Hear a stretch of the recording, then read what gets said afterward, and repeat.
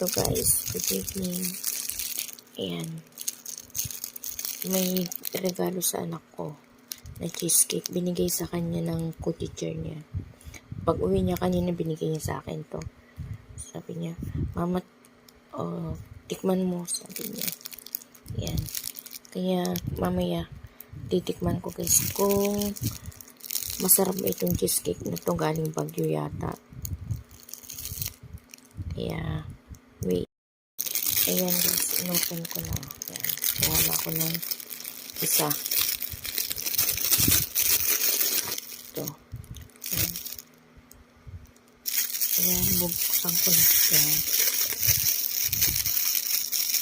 Ayan. Ayan, titikman ko na siya kung masarap ba. Ayan guys, so.